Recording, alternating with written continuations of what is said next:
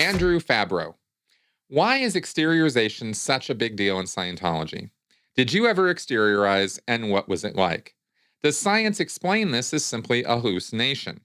If so, why do so many Scientologists have the same hallucination? Everyone seems to talk about exteriorizing. Or is that a myth? Jason Begay stated that he experienced doing TR0 very early on, and it was a major inducement. At what points do Scientologists experience exteriorization, and is it universal? Okay, thanks for the question, Andrew. No, it is not universal. Not by a long shot is exteriorization universal in Scientology or part of any standard Scientology experience. It used to be, though. Way back in the 50s, Hubbard was keen to get people to admit that they had exteriorized, popped out of their head. And he was working on all kinds of commands and processes in order to do that. The most successful one, he said, being, and you could even do this over the air on radio and TV, and Scientologists did try this, is you could say, be 3 feet back of your head. Some of you might have just experienced the idea of seeing things in the room from 3 feet back of your head. If you did, congratulations, you have now gone exterior. Now I will use another exteriorization process on you in case that didn't work. Try not to be 3 feet back of your head. Some of you, completely subconsciously, just out of your control entirely, just popped 3 feet back of your head, right? You got the idea of what it would look like to be 3 feet behind your head.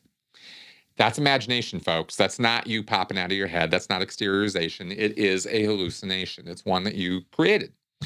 From the point of view of a hallucination, meaning not like you're crazy, a hallucination meaning, you perceive something that doesn't exist. We do it all the time. So we wouldn't have anything approximating what we know of as the experience of imagination if we couldn't do that.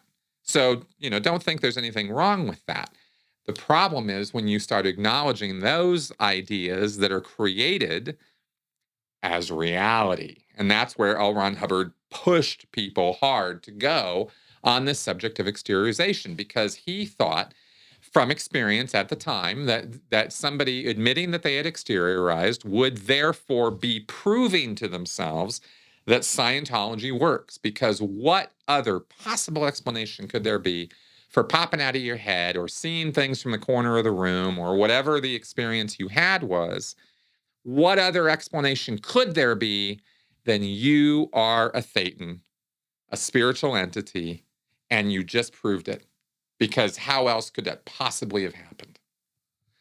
It's all in the interpretation of the event, you see, that Scientology and L. Ron Hubbard get power.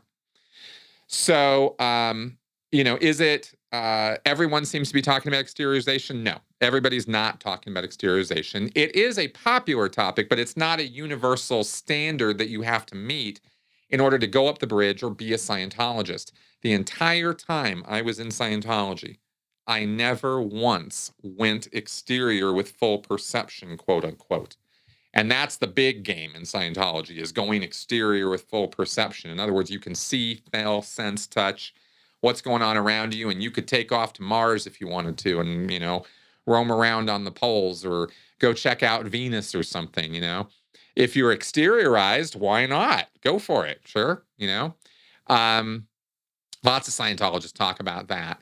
And they're talking out their ass, because you could send them over into the other room and send another person over there and have that person write down or send another person in the room, keep the exteriorized person here, have them write down on a piece of paper some message and have, hey, what they write down on the paper, and you're going to find they're going to get it wrong probably around 100% of the time. So, are they exterior? Of course not. But they think they are. And L. Ron Hubbard specifically said in the materials of Scientology, do not test someone. Do not side check them. Do not do what I just described, because you'll be invalidating their experience and you will be making it 10 times harder for them to go exterior next time because of this big invalidation that you laid on them.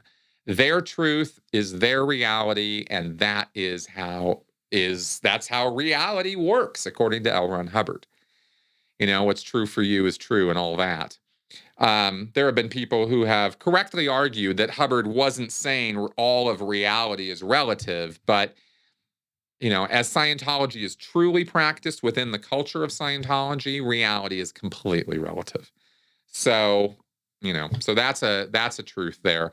Um, and as far as what Scientologists are experiencing with that, we've talked about disassociation, most specifically with John Atack, many times. And that is the psychological description of what's going on when you are thinking that you are somewhere outside of your own body. Unless you're going to go into the spiritual realm or some wooey sort of pseudoscience explanation for things, there is no scientific rationale for a spiritual existence or for popping out of your head.